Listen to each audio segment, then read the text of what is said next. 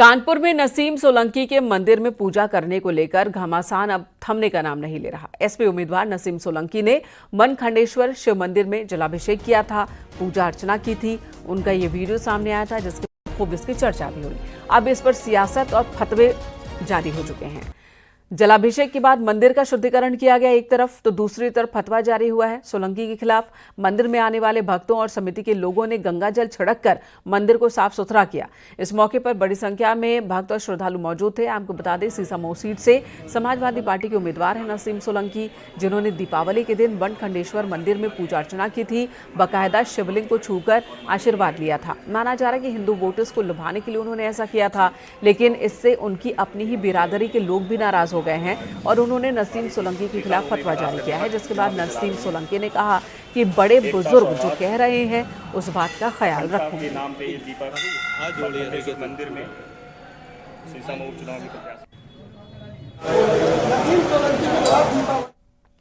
मंदिर मामले में नसीम सोलंकी की सफाई आई। उन्होंने कहा कि समर्थकों के कहने पर ही मंदिर गई थी। इसके अलावा उन्होंने ये भी कहा कि फतवा जारी हुआ है, इस पर वो कुछ खास कमेंट नहीं करेंगी। बस इतना कहा कि बुजुर्गों की बात का ख्याल रखेंगी। हमने वहाँ पूजा अर्चना नहीं करी थी, हम वहाँ से गुजर रहे थे तो हमारे कार्यकर्ता जो साथ में थे उन्होंने बोला आप यहाँ दीप जला के और आप दीपावली की शुभकामनाएं सबको दे दीजिए। तो बस यही वजह थी हमारे वहाँ जाने की। और फतवा जो हुआ है तो हमारे वो बहुत बड़े हैं, उनका जो है तो हम उसके ऊपर कुछ कहेंगे नहीं। उन्होंने बोला तो उस चीज़ का हम ख्याल रखेंगे कि आगे से हमारी वजह से किसी को ठेस ना पहुँचे। पॉलिटिकल स्टंट भी बताया जा रहा है इस चीज़ को, कुछ ऐसा भी है क्या? नहीं चुनाव है, प्रत्याशी भी है सभा। हाँ, तो उसमें कोई पॉलिटिकल इशू नहीं था। वो हम वहाँ से गुजर रहे थे, हमारे जो साथ में कार्यकर्ता थे, भाई उनकी तो दीपावली थी, हमारे घर में तो 2 साल से ना दीपावली हुई है ना ईद मन पाई है, तो हम उनकी खुशियों में तो शामिल हो ही सकते थे। तो उनके बस खुशियों में शामिल होने के लिए हम वहाँ पहुँचे थे। कानपुर की सीसामऊ सीट से एसपी उम्मीदवार नसीम सोलंकी के मंदिर जाने को लेकर सियासी शोरगुल शुरू हो चुका है। बीजेपी ने एसपी पर तंज किया तो एसपी ने नसीम सोलंकी का बचाव करते हुए बीजेपी पर निशाना साधा। इरफान सोलंकी की पत्नी नसीम सोलंकी वो भगवान शिव की पूजा अर्चना करने के लिए चुनाव के वक्त पे चली गई, तो ये बात कट्टरपंथियों को अब नागवार गुजर गई है और इसलिए कट्टरपंथी अब फतवा जारी कर रहे हैं। इसलिए जब दूसरों के घर में आग लगाते हैं ना, तो अपने घर में भी आग कभी न कभी पहुंची जाती है। कट्टरपंथ से देश का भला नहीं होने वाला है, सबका साथ सबका विकास से भला होने वाला है। वैसे भी चुनाव के आधार पर जो लोग भक्ति प्रदर्शन करने लगते हैं ना, उनका ऐसा ही असर होता है। मजबूरी बस नसीम सोलंकी जी को चुनाव लड़ना पड़ रहा है। उनके पति को सरकार ने फंसा दिया और अत्याचार अन्याय करके जेल भेजा। उस परिवार ने बहुत संकट दुख सहन किया है। तो ऐसे संकट के समय में कुछ लोगों ने जो भी सलाह दी हो, वो एक उसको सहानुभूतिपूर्ण देखना चाहिए। पीड़ित और परेशान व्यक्ति सब तरफ से मदद मांगता है, सब तरफ से अपनी समस्याओं से निजात पाने की कोशिश कर लेता है।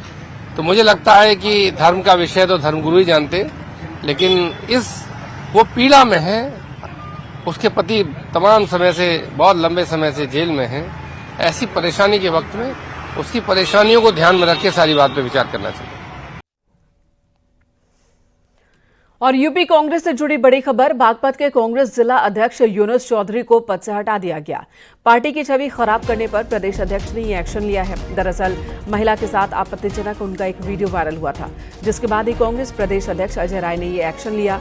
सोशल मीडिया पर लड़की के साथ अश्लील वीडियो वायरल होने के बाद डॉक्टर यूनुस चौधरी को जिला अध्यक्छ के पद से हटा दिया गया है। हालांकि इस मामले में लड़की ने पुलिस से अभी तक कोई शिकायत नहीं की है। डॉक्टर यूनुस चौधरी ने साल 2002 में बरनावा विधानसभा से चुनाव लड़ा और साल 2022 में छपरौली विधानसभा का चुनाव लड़ा उन्होंने। दोनों ही बार चुनाव में उनकी हार हुई।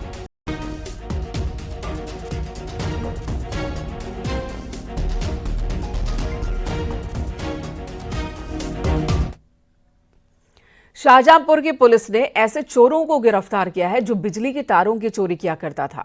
पुलिस ने उनके पास से 25 किलो बिजली का चोरी वाला तार बरामद भी किया है। बताया जा रहा है कि पिछले दिनों इन्होंने चोरी की थी, जिसकी वजह से बिजली के इंजीनियर ने रिपोर्ट दर्ज कराई थी। बिजली का तार करने वाला चोर बिजली संविदा कर्मी है। फिलहाल पुलिस ने दोनों आरोपियों को गिरफ्तार कर जेल भेज दिया है।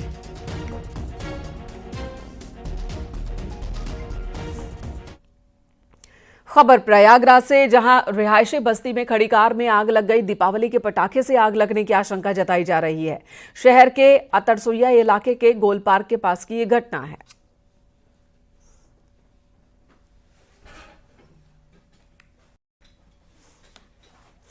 जालौन पुलिस ने एक शातिर को एनकाउंटर में गिरफ्तार किया। मुखबिर की सूचना पर पुलिस ने जंगल में छिपे शातिर को पकड़ा।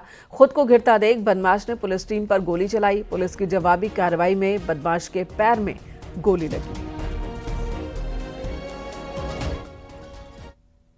आगे मोटरसाइकिल फिसलने के वजह से ये नीचे गिरे, दो जंगल की तरफ भाग निकले। इसने पुनः एक बार पुलिस के ऊपर फायर किया। आत्मरक्षा जब पुलिस ने फायर किया तो इसके दाहिने पैर में नीचे की तरफ गोली लगने से घायल हुआ। इसकी प्राण रक्षा है, इसके मानवाधिकारों की रक्षा करते हुए तत्काल इन्हें हॉस्पिटल समुचित इलाज हेतु भेजा गया है। अभियुक्त के विषय में जानकारी की गई तो इसके ऊपर लगभग 1 दर्जन मुकदमे पंजीकृत हैं, जिसमें आर्म्स एक्ट, चोरी के मुकदमे, NDPS के मुकदमे इत्यादि हैं। कल पुलिस के ऊपर फायरिंग करने का मुकदमा है। खबर भदोही से, जहां प्रशासन की टीम ने गांजा तस्करों पर गैंगस्टर एक्ट में बड़ी कार्रवाई की है। प्रशासन ने गांजा तस्करों के मकान को कुर्क किया। मकान की अनुमानित कीमत 2 करोड़ बताई जा रही है। जिला मजिस्ट्रेट के निर्देश पर कार्रवाई हुई। इस कार्रवाई के दौरान डुगडुगी बजवाकर मुनादी कराई गई। पुलिस के मुताबिक गांजा तस्करी से अर्जित अवैध धन से ये संपत्ति बनाई गई थी।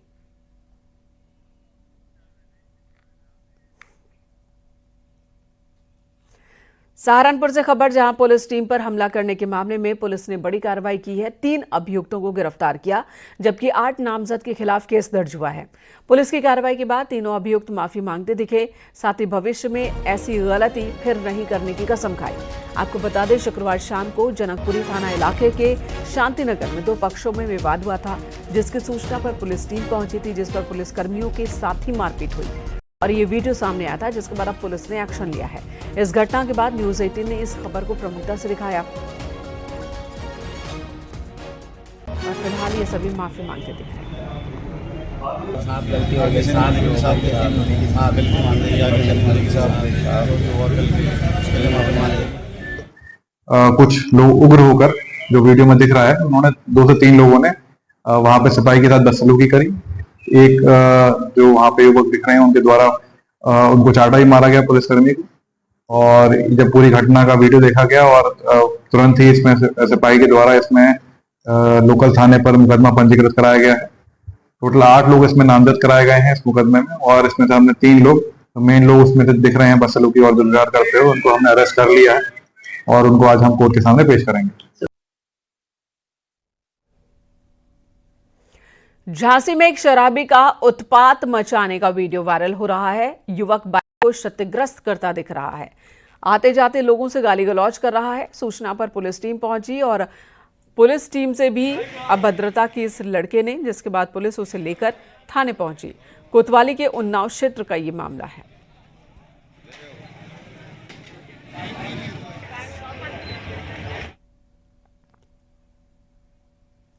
खबर बहराइच से, जहां सिंघम की तरह लोगों को लात मारने वाले सब इंस्पेक्टर को पुलिस अधीक्षक बहराइच ने निलंबित कर दिया। देहात कोतवाली क्षेत्र के तिकोनी बाग पुलिस चौकी में तैनात सब इंस्पेक्टर हरिकेश सिंह का बाइक सवार लोगों को लात मारने का ये वीडियो वायरल हुआ था। वीडियो के आधार पर एक्शन लिया गया है। दरअसल घटना दीपावली के दिन की है, जब वशीरगंज चौराहे पर सब इंस्पेक्टर अपनी गाड़ी को बैक कर रहे थे। गाड़ी को पीछे करते वक्त वाहन एक बाइक से टच कर गई, जिसके बाद बाइक सवारों ने आवाज लगाई तो सब इंस्पेक्टर ने बाइक सवार दोनों भाइयों को लात मारी।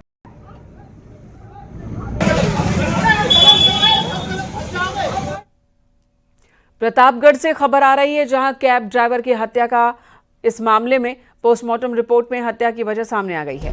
रिपोर्ट में मारपीट और गला दबाकर हत्या बताई जा रही है। पुलिस लूट के बाद हत्या की आशंका जता रही है।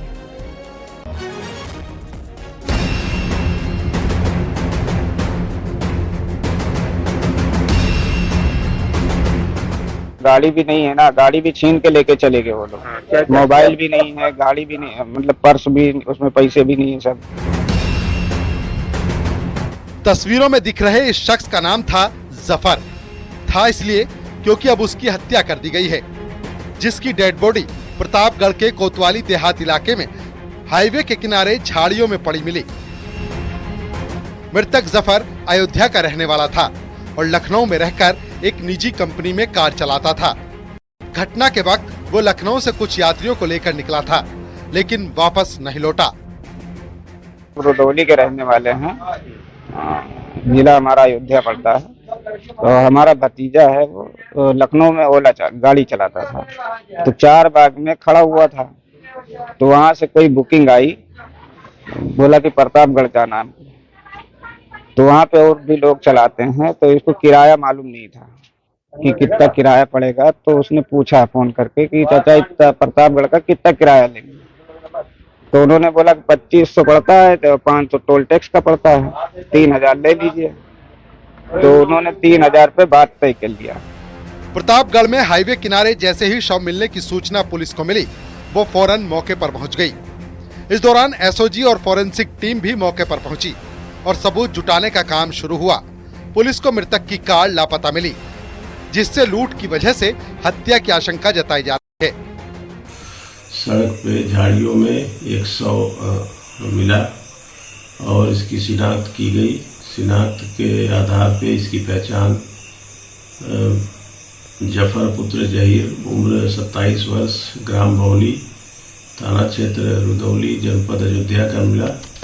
और जानकारी करने पे ये ज्ञात हुआ कि मृतक लखनऊ में ओला टैक्सी चलाता था और कुछ लोगों द्वारा उसको बुक किया गया था। शुरुआती जांच में ये बात सामने आई है कि जफर की कार को लखनऊ से प्रतापगढ़ के लिए 3 अज्ञात लोगों ने बुक किया था। पुलिस को संदेह है कि बदमाशों ने कार लूटने के इरादे से जफर की हत्या की और शव को हाईवे किनारे फेंककर फरार हो गए। परिजनों को डर तब सताने लगा जब जफर का मोबाइल स्विच ऑफ हो गया। 1-1.5 महीने से चला रहे अभी लखनऊ में गाड़ी। तो फिर फोन मिला है, तो उन्होंने बताया कि तेली बाग में कोई पेट्रोल पंप पड़ता है, वहां पे आपको सीएनजी गैस मिल जाएगी। फिर वो सीएनजी वहां पे नहीं मिली, छुट्टी का दिन था। फिर वहां से बोले कि ऐसा है, आगे तेल डला लो, अभी आगे रास्ते में कहीं देखना तो वहां भरा लेना। तो 11 बजे तक बात हुई समथिंग। उसके बाद फिर मोबाइल स्विच ऑफ हो गया। अच्छा, क्या आप लोगों को क्या लग रहा है? हमको सर लग रहा है वारदात की वही है, छिपैती। मतलब गाड़ी भी नहीं है ना, गाड़ी भी छीन के लेके चले गए वो लोग। मोबाइल भी नहीं है, गाड़ी भी नहीं, मतलब पर्स भी, उसमें पैसे भी नहीं है सर। जफर अपने भाई बहनों में सबसे बड़ा था और सऊदी में रहकर टैक्सी चलाता था। अभी अगले साल फरवरी के महीने में जफर की बहन की शादी है। ऐसे में जफर सऊदी से लौटकर लखनऊ में ही टैक्सी चलाने लगा। जफर की मौत के बाद परिजनों का रो रो कर बुरा हाल है। इधर पुलिस जल्द से जल्द हत्याकांड के खुलासे का दावा कर रही है। Bureau report, news 18।